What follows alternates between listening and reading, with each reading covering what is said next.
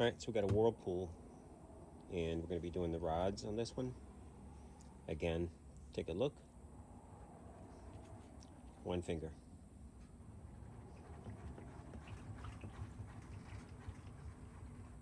Super loose. Now you don't have to take the top off like this. I was doing something else. A lot easier to do. You're going to get a piece of wood underneath, 4x4. Suspend it as we remove each rods, and we're going to fix them. Take a look again. One finger. Horrible. Horrible. All right, let's get them out.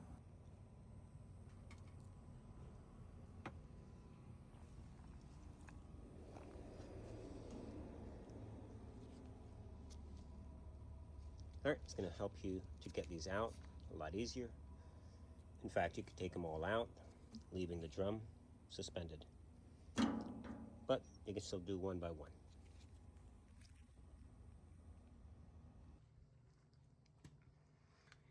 All right, so we got these suspension rods.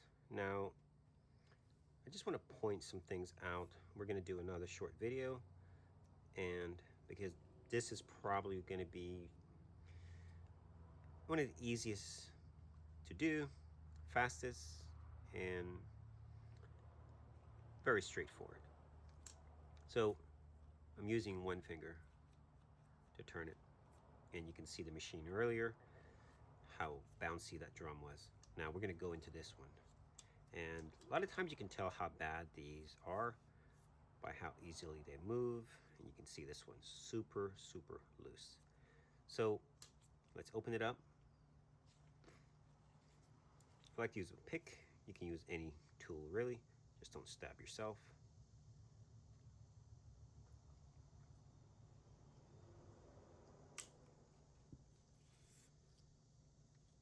And yeah, he looks pretty worn out.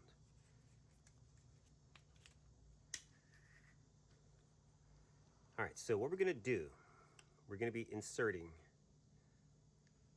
usually 2 of these, depending on how worn out this is.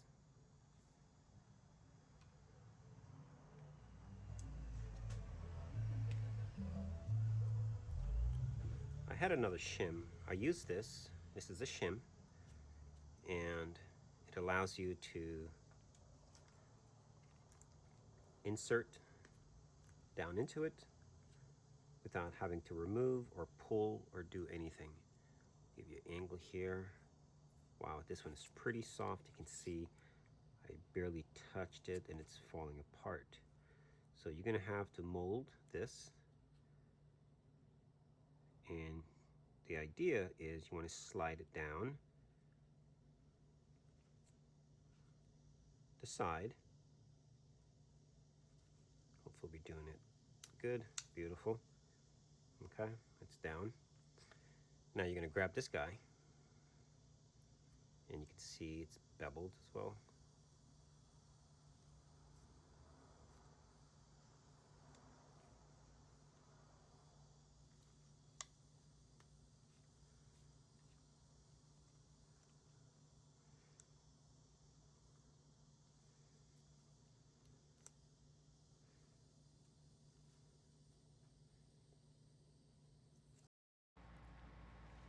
All right, so I wanted to include this portion of the video in the event you have rods that are way too gone and you're not able to use the shims. So the shims are pretty much designed to work with rods that are not too far gone. Now,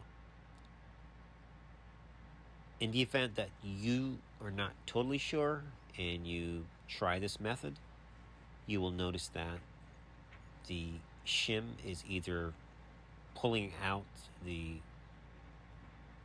foam or it's just crushing it. It's already crushed and it's just mush. You can see that it's mush. So you would pretty much just stop right away and don't go any further because you're not going to be able to even do anything. But let's continue. I wanted to do it just to see what would happen. And we're actually going to put 2 or 3 shims, and does not do anything. Towards the end, you'll actually see where it just falls apart. But I wanted to show it, just in the event that you might think you can do it. Don't do it. All right. Now, the collar would work on this particular rod in this case. So you would improvise something else. Once you have lost the foam, is no longer able to withstand the bounciness. So you would include something else. So the collar would be what you would use here. So I'm going to let this play and you guys can just watch and see. And pretty soon we're going to be showing you another rod that the moment you poke it with something sharp and it falls apart, then you know it's just bad. All right, so you would not do anything. If anything, replace the rods or get the collars and get the job done. All right, enjoy the rest of the short video. I'll be jumping back in shortly.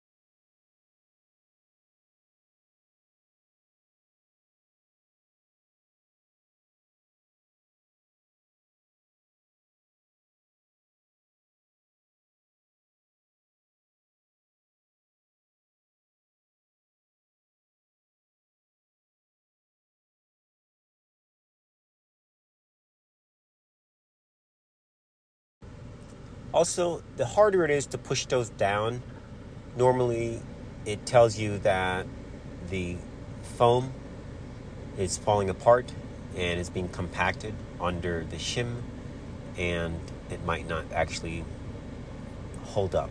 So that's another telltale sign as well that the compound is just totally crushed and it's not going to work.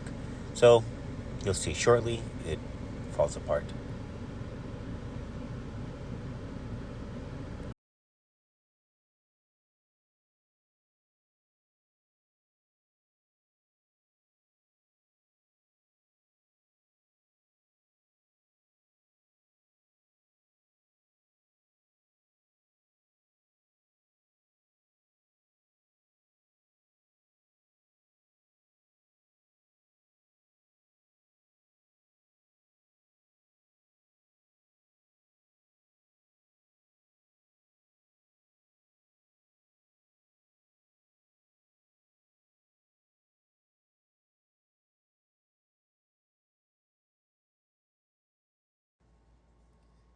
All right, you can see how soft that stuff is. It's not going to work. So we're going to go ahead and pull them out, and I'm going to show you another rod, how it looks, and then I'm going to actually do the repair on a rod that is suitable and can actually withstand the compression. All right.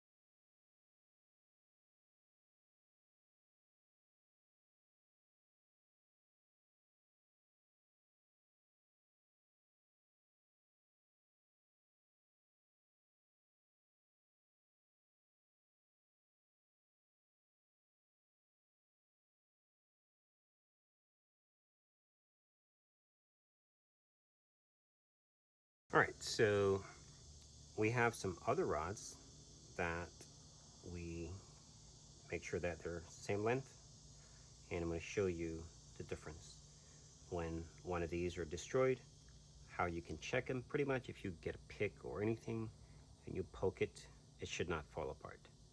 It should be kind of spongy. It's just foam. That tells you that you have the ability to now compress it.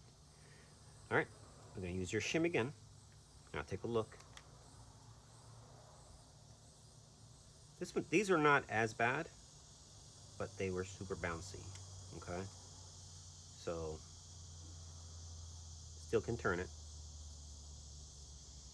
So these would probably only need 2 or even 1. Sometimes you could just do 1, but when you only do 1, it pushes the foam to one side. So you want to kind of keep it all the way squish. Sometimes I wish we could do 4. It would be ideal, but when you grab half of this, it pretty much crushes everybody. So still pretty good. But 4/4 would be perfect. Pushing this side, that side, and that side. But I noticed the half gives you a broader crunch. Now this is the shim. I'm going to use this to slide down. So if you notice as you're sliding this and it's crushing it, that means your inside or your foam is just too badly gone and you might not be able to do it. So pay attention to that.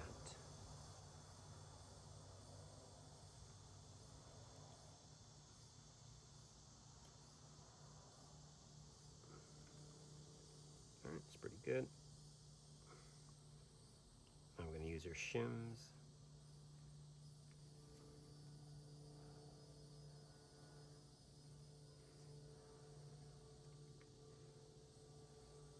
I'm going to go on the back side of it, push like you're pushing it, and then slide her in.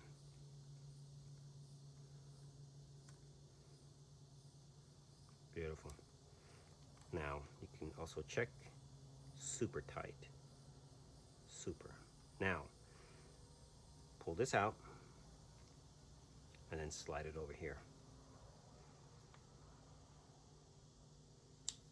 If it's super tight, you will have to use the pliers, especially it's going to be greasy. Your hand is going to be slipping.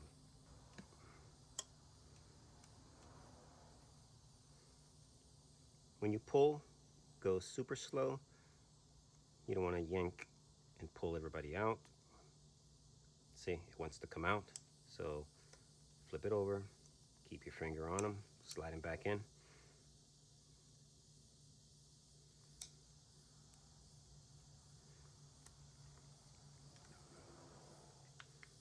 It's basically a vacuum, so you got to be careful.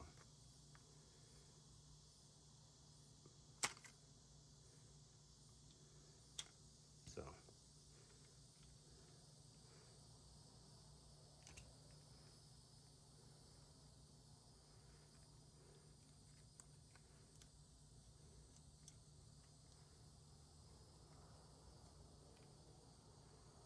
and when you slide, always keep pressure on it so nothing gets pushed that way.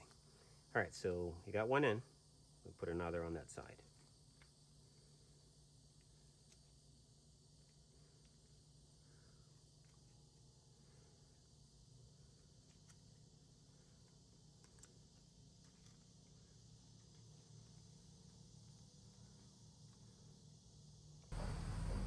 Make sure the shim is straight. You don't want to get it angled because it's going to go off to the side.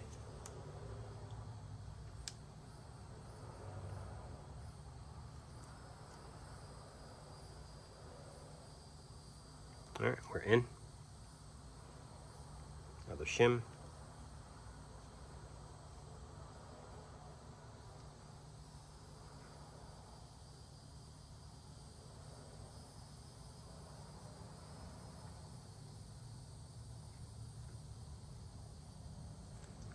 Now look how tight. Totally tight. All right, so let's pull it out. Now if you want, you could actually slice your shim off. Just make another one, it's not gonna hurt anything. So that's an idea as well. You just have to make another one to use if you didn't want to do that. So you can do that as well. I'm going to try and pull mine out. Hopefully I won't take anything else out. Let's see.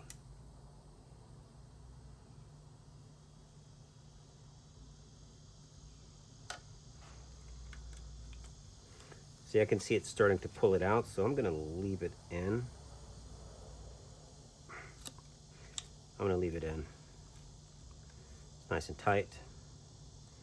It's just another extra. So we'll just slice it off right here.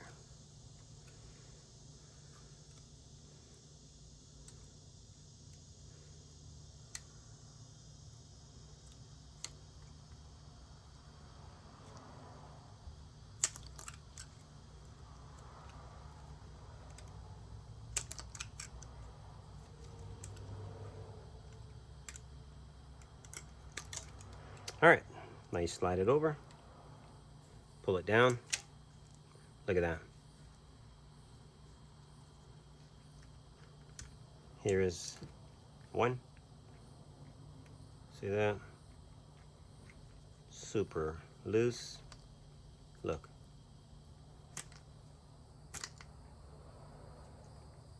One finger. Look at that. Can't move it. All right, so that's how you do that. All right, guys, I have 3 more to do and get them done. All right, I wanted to include this. Now, this rod is super, super rusty. Now, even the base is pretty bad. So now, if you fix this rod, before you do anything here, you'd get some sandpaper and you would sand this, make it nice and smooth. Otherwise, the rust, when it goes inside, it's going to destroy. And this rod is not going to be working. So now the other 3 more work while this one is bad. So if you have this, if you can replace the rod, go ahead and do so. If not, go ahead and sand it till it's nice and smooth before you do anything. And I would actually even sand all the way down until it's shiny, because it's going to be eating up the inside. So this one is good. This one is pretty bad. I wanted to point this out as well. If you get this cap off and you can poke, and it's basically just eaten up like that, these are done. There's not really anything you can do about it. Okay, so it's just mush. So I will have a video on dealing with that, or the collar will do this, so you can do that as well. So you'd be installing the collar here or here, and you're good to go, because you no longer need the inside. So back to this one, I wish I could change the rod itself. Pull this piece out. You could slice it and slide it back in. That's an option, but given the situation, you might only be able to just sand it. And this washer was leaking, that's why it's like this. So I'm going to go ahead and sand it. So the best way to do this is to slide this all the way up, but I would be very cautious just because this rod is so badly rusted. You don't want to eat that up any more than it is. So best bet is to all the way down. I just did that. Okay, sand it, and once it's nice and sanded, you can slide it up. But chances are you'll never need down here, because the washer never gets that low. So I would just say push this all the way down and sand it. All right, let's do that.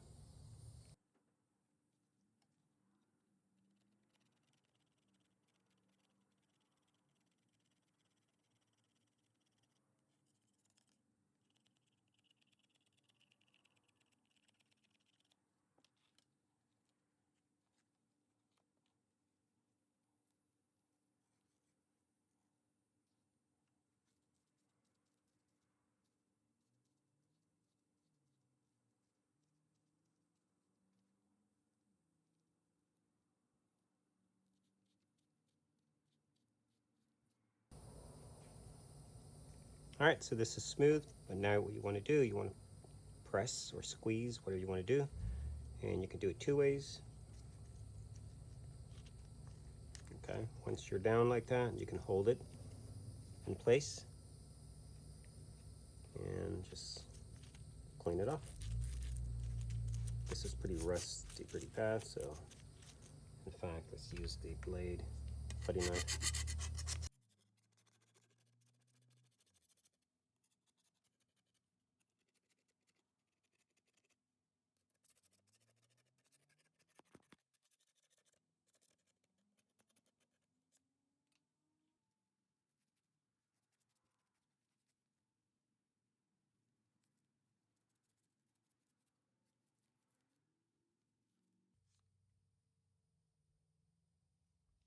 All right, so most of this is pretty good now. So the rod will be able to, you can see how much it actually eaten this one up, even more so than the others. And the reason for that, the rust was actually enlarging the shaft. So, but most of this is going to be down, you know, when the machine is bouncing like that.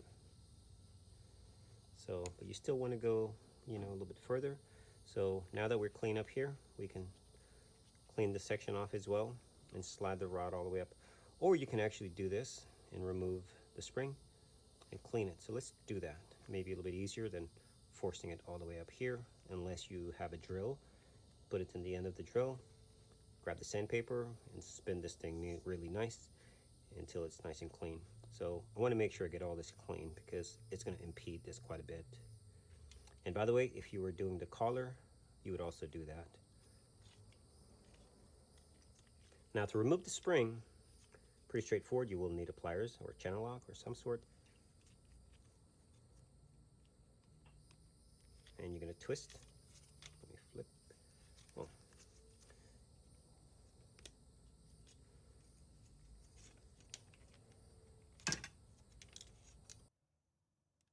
So you can see, once you get it over like that, you just keep going.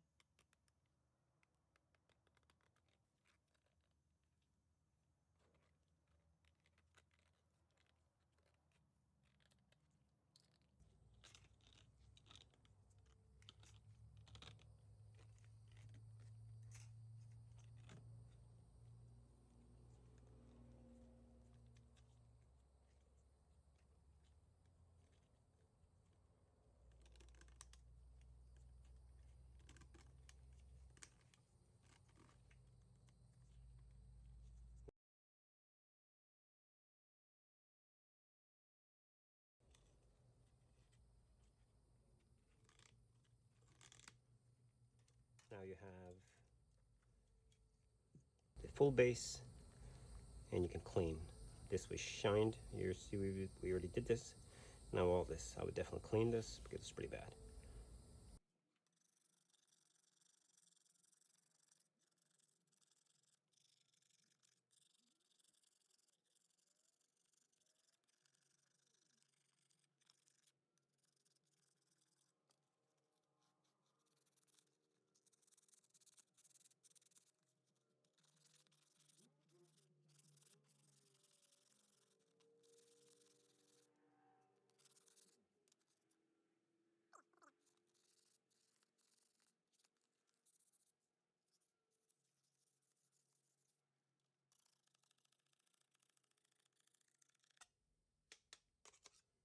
All right, so that's that. We're going to be dealing now with this after we put the spring back on, nice and smooth. Make sure that when you put it back on, you don't feel any burr, so you don't damage your foam insert. All right, I was going to change the spring, but they are different length. See that? So we'll keep the original. If you really want to get fancy,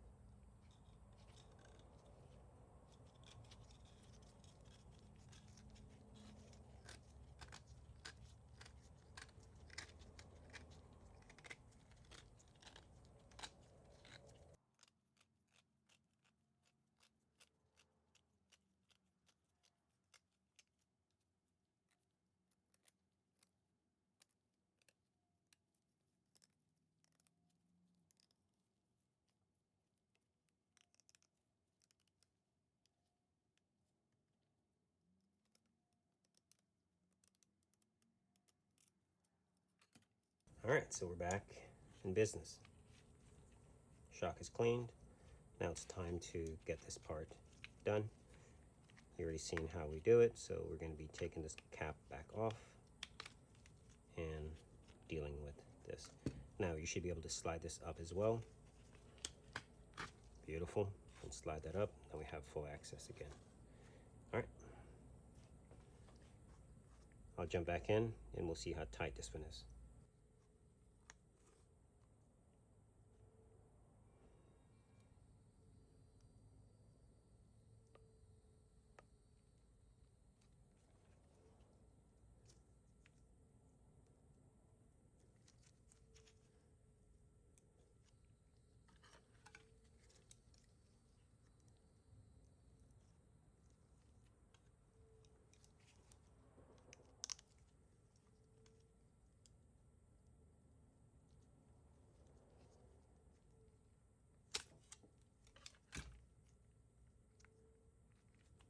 Remember how loose that was?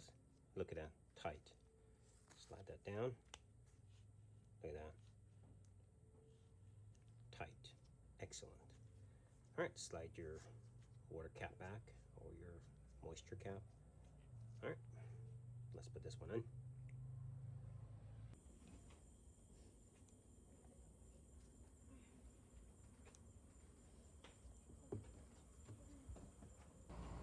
That's just like a washer that you'd see in Lowe's or anywhere else. All right. Look at that. Beautiful. Beautiful.